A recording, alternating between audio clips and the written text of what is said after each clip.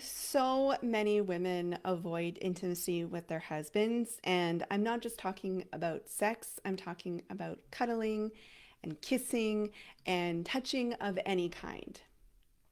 So, in this video, I want to address um, why is that happening so that women don't feel alone and like there is something wrong with them and start diagnosing themselves.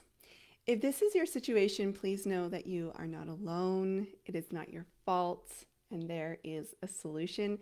And my guess is that you've probably never even considered what I'm about to share today, because women have been taught so much to blame themselves and not to look at other factors surrounding them.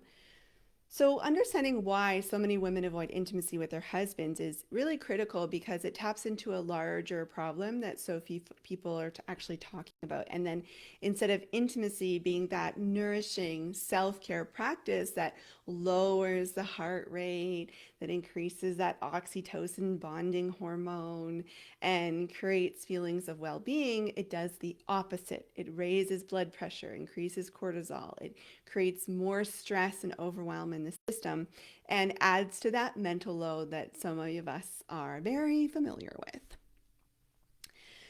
So let me tell you a story. I used to dodge all of my husband's advances. He is taller than me and a bigger guy. And when he would come in for a hug or a kiss or any sort of initiating physical touch, it would take everything in my power to just stay there and participate to whatever degree I could. And sometimes that was very little. I would make excuses and I would get out of there. Sometimes I would dodge him literally, and that would lead to a lot of fighting. He would feel rejected, not important, not understand. And quite frankly, I didn't understand. I didn't know what was going on with me. And so for years, I felt so broken because isn't that what women are supposed to do? You're married, you have a good husband, you love each other. You're supposed to just want to be always hanging off of each other and wanting, that's what passion is all about. It should be there. So it didn't make sense to me. And unfortunately, what ended up happening with me, and I've seen this in so many women that I serve, is that they go to get support, and then everyone that they go to get support with diagnoses them just like they're diagnosing themselves, and continues that investigation about what's wrong with them instead of looking at the environment that they're in. So I reached a turning point where I had to decide that I was going to stop diagnosing myself and actually listen. How radical is that? Actually, stop and listen to myself and believe what I was truly feeling. Listening to what I was feeling and believing what I was feeling. So many women are taught not to believe themselves, that they're being overly dramatic or too emotional, or the amount of gaslighting that goes on for women is astronomical in our society. So when I actually took a pause, I discovered that I wasn't actually feeling safe.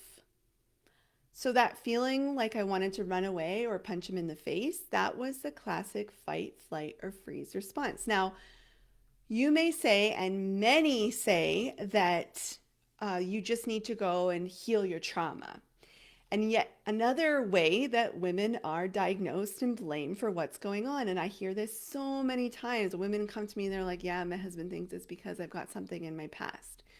Listen, I had done that. I had gone to the therapist and I had done all the investigation and nothing had helped. I had still had the same feeling of not wanting to participate in what my husband was initiating. I was avoiding him.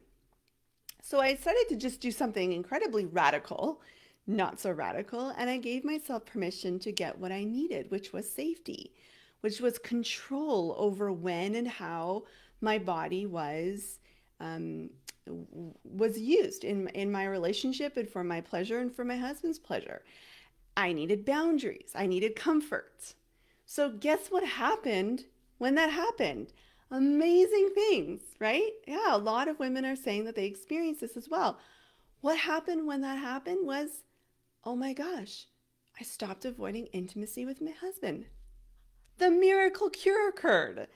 Now we have way more physical touch that feels delightful for both of us.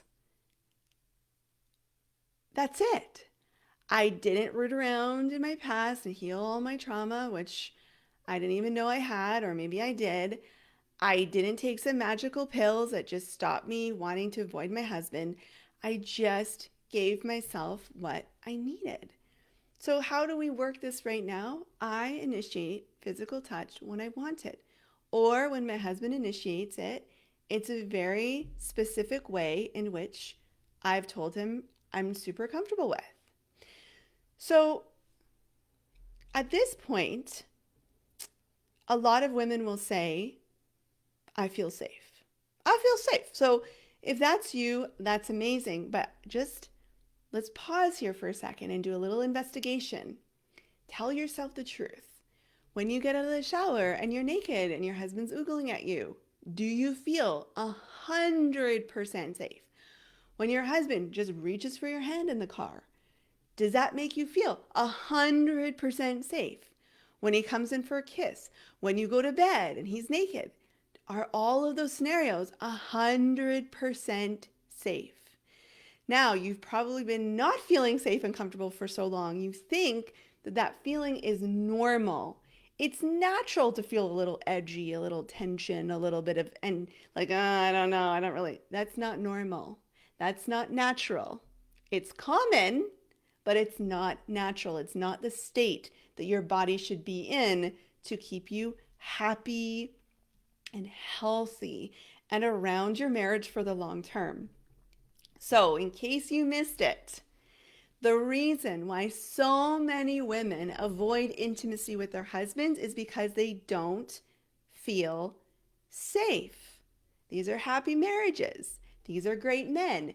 Not feeling safe doesn't mean that anyone has done anything wrong in this situation. It's just a fact. And then when you treat the facts, when you work with facts, then you don't waste precious time diagnosing women, and then you solve the issue. So, I encourage you to move forward and tell yourself the truth, how you feel, and give yourself what you need in order to feel safe 100% of the time. And guess what will happen? You will stop avoiding intimacy with your husband. Now, I want to recognize that this will take time. It's why I walk women through my program, Wanting It More, for 8 weeks. But I just needed to give you a little tip here so you can get started on your own and start to see that what you're feeling is legitimate, and you can believe yourself, and you can give yourself what you need to feel safe. And the wanting, that natural desire, it won't happen overnight. You'll have to have some space and freedom to just recalibrate and actually notice and learn what your body does want and when it wants it. So if this video has been helpful for you, I encourage you to take a courageous step and like, comment, or share, because if this has been helpful for you, it will 100% be helpful for other women in your life, even if you've never had a conversation with anybody else before. That's usually the case. And if you'd like to learn a little bit more and find more tips and get on my email list in which I send you weekly videos like this, go check out my quiz, the 4 Desire Fixes. You can find that at jannadentonhowes.com/quiz. You'll answer a series of questions, and then I'll send you customized advice. What could go wrong with that? All right, until next time, I hope this has been helpful, and we'll just pursue this journey of giving ourselves what we need so that we can show up authentically and with a lot of self-love and self-care in our relationships. Okay, I'll talk to you soon.